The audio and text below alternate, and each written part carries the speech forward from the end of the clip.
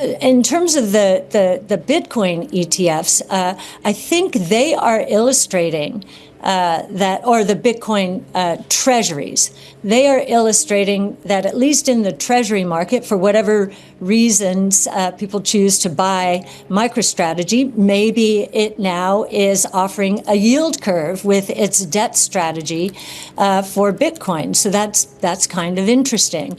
But these are winner take most opportunities. We think that the companies that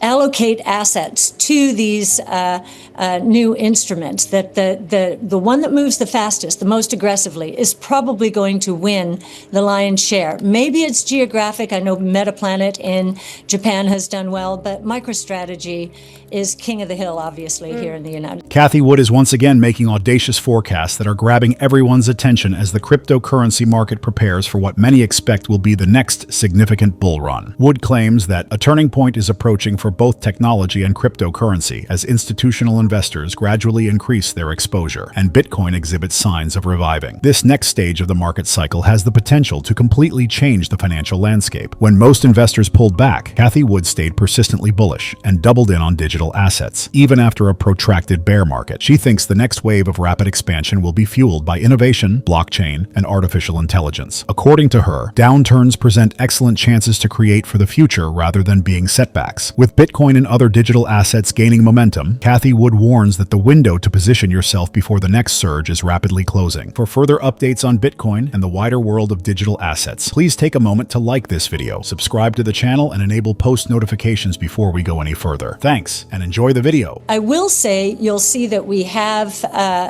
backed DATs and Circle, so we're very well exposed to this crypto cycle. We think stablecoins generally, and of course Tether and Circle, have 90% of the stablecoin market now. We think that is a very important entree. The holders of stablecoin will have an entree into the DeFi ecosystem, so decentralized financial services that will now take place on public blockchains. So we think that's really the definition of the next generation internet. It's the layer of the internet that was not built early on, because in the late 80s, early 90s, no one expected financial services to take place on the internet. So finally, 30 years later, we're getting the layer of the internet that is going to enable this. Well, we think a lot of good things are happening from a policy backdrop and therefore ultimately a macro backdrop. The deregulation that we're seeing is stunning. It started with crypto and AI. We have a crypto and AI czar now. And I think what many people have not paid enough attention to, mostly because tariffs have been getting all the headlines, given how chaotic they seem. Well, one of the reasons we did not choose to invest in one of the Ether ETFs is, at least as of now, they will not be allowed to stake. And we think staking for yield is a very important part of the Ethereum story. We were having a lot of trouble, therefore, getting access to Ether in our portfolio. So when Bitmine immersion came along, we thought that would be a great opportunity after it sold off significantly following the burst. We did take our position.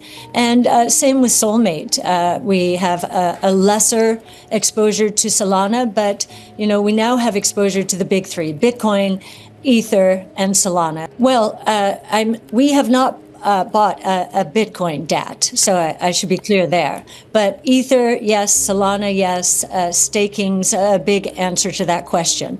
In terms of the Bitcoin ETFs, I think they are illustrating or the Bitcoin treasuries, they are illustrating that at least in the treasury market, for whatever reasons people choose to buy MicroStrategy, maybe it now is offering a yield curve with its debt strategy for Bitcoin. So that's kind of interesting.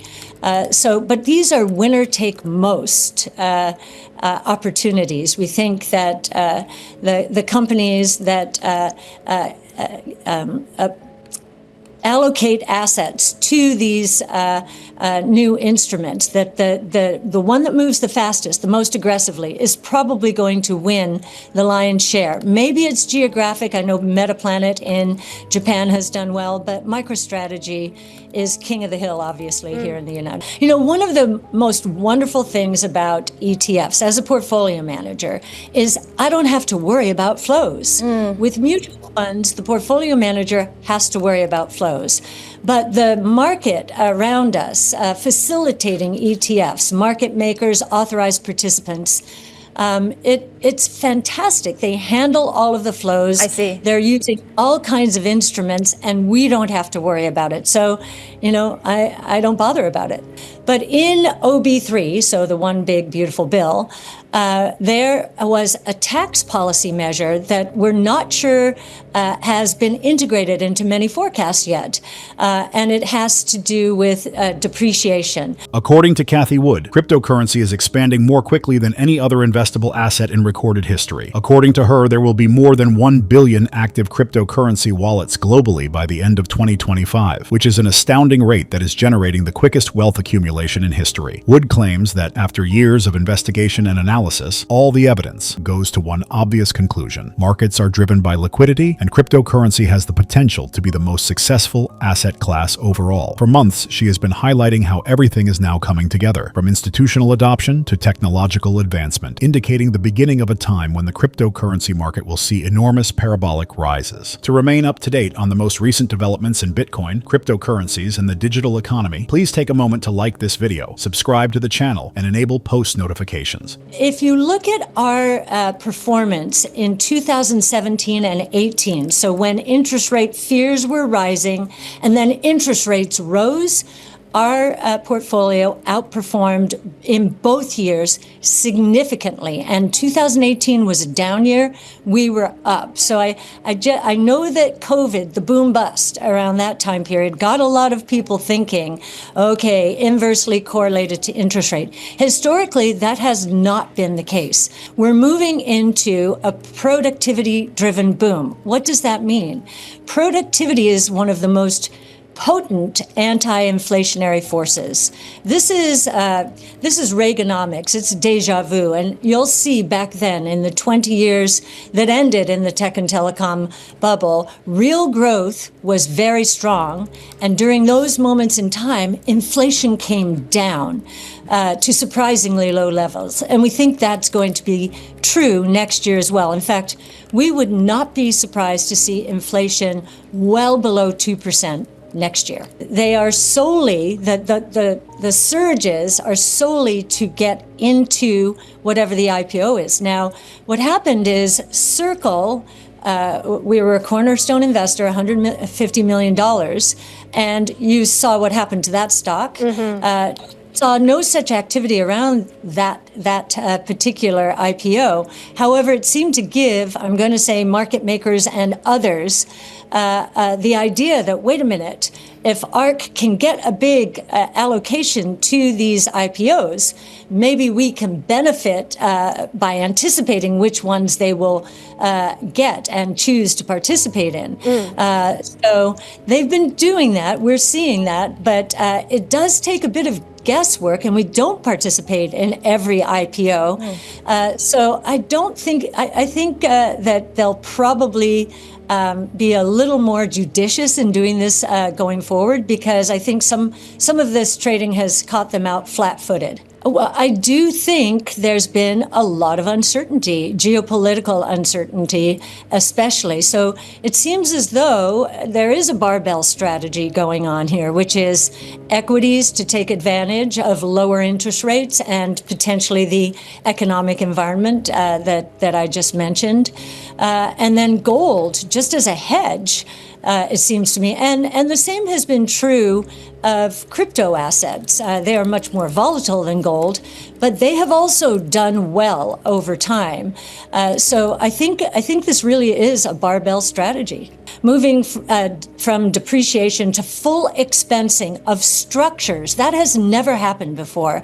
Manufacturing structures for the next 3 years, in the first year they go into service, they will be able to expense fully in that year, as well as equipment, domestic R&D, and software. So music to innovation's ears, I would say. I think we're going to have a boom in economic activity. That first one, the manufacturing structures, is just for 3 years. The other ones have been made permanent. And so this takes our effective corporate tax rate in the United States, not statutory, that's still at 21, but the effective tax rate for the next 3 years at least is going to be roughly 10%, one of the lowest in the world. According to Cathie Wood, ARK Invest is well positioned for the upcoming significant cryptocurrency cycle. As the entry point into decentralized banking, she points out that stablecoins currently control over 90% of the stablecoin market. She claims that the internet is entering a new era, one that has a financial component that was absent when it initially appeared in the years that followed. 3 decades later, blockchain technology is now filling that gap and paving the way for an open, transparent, and decentralized financial system. She adds that recent deregulation and regulatory changes are fostering a strong innovation tailwind, particularly in the fields of artificial intelligence and cryptocurrency, where she believes the government is now adopting a more open approach. Cathie highlights that staking is a crucial component of Ethereum's long-term worth, providing yield potential comparable to those of conventional financial assets, even though she does not invest in Ethereum ETFs because they do not now permit staking. Instead, ARK Invest maintains smaller stakes in Solana and other cryptocurrency-related companies while gaining exposure to Ethereum through businesses. Additionally, Cathie notes that corporate Bitcoin strategies like MicroStrategies and Bitcoin ETFs are creating a new standard. According to her, these are winner-take-most chances, which means that the businesses who embrace cryptocurrency and Bitcoin the earliest and most forcefully will reap the greatest benefits. Please take a moment to like this video, subscribe to the channel, and enable post notifications for future Bitcoin, macroeconomic, and digital asset content. And as always, happy investing.